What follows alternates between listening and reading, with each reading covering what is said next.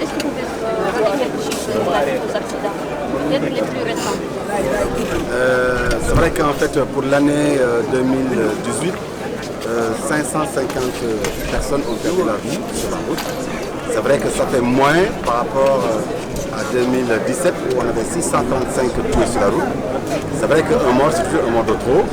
Et les actions que nous menons dans le cadre de la nouvelle prévention routière, c'est de voir comment réduire cette sinistralité qui tue, qui blesse, qui bouleverse le citoyen à un niveau que l'on ignore.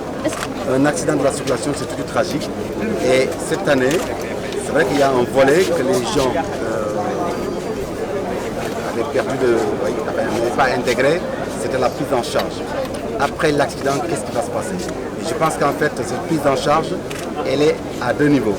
C'est la prise en charge pré-hospitalière, comment les pompiers vont intervenir, prendre les victimes et les amener à l'hôpital le plus rapidement possible pour réduire un peu cette morbidité. Mais deuxièmement, comment ces accidentés, une fois à l'hôpital, comment ils seront pris en charge par les assureurs en termes d'indemnisation. Donc ce volet-là était peut-être passé sous silence ou peut-être était méconnu du grand public. Et cette année, on a décidé de se rapprocher des populations, de leur parler en matière d'assurance, des principales garanties liées à l'assurance automobile, mais également quelles sont les principales étapes à suivre pour se faire indemniser en cas d'accident. Justement, concernant cette prise en charge, certains dénoncent la lenteur. Qu'est-ce qui explique cela? En fait, si vous lisez un peu les prospectus qu'on est en train de distribuer, on a mis un peu les différentes étapes, parce que souvent les victimes se présentent pour dire que moi j'étais assuré, je dois être indemnisé. Ça ne se passe pas comme ça. Il y a un processus. Il faut faire le constat, il faut que l'assureur essaie de connaître un expert. Il faut aussi, bien entendu, qu'on essaie de voir, situer les niveaux de responsabilité avant, bien entendu, de procéder à une indemnisation. Donc l'indemnisation n'est pas automatique.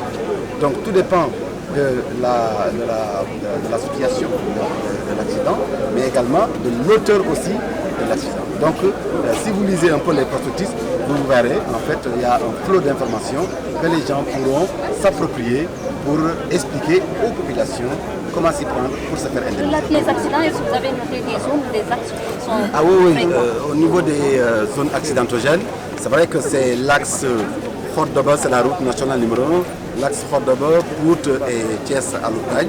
Et l'autre axe, c'est la route nationale menant également vers Touba, et donc surtout entre Khombol et Diourbel.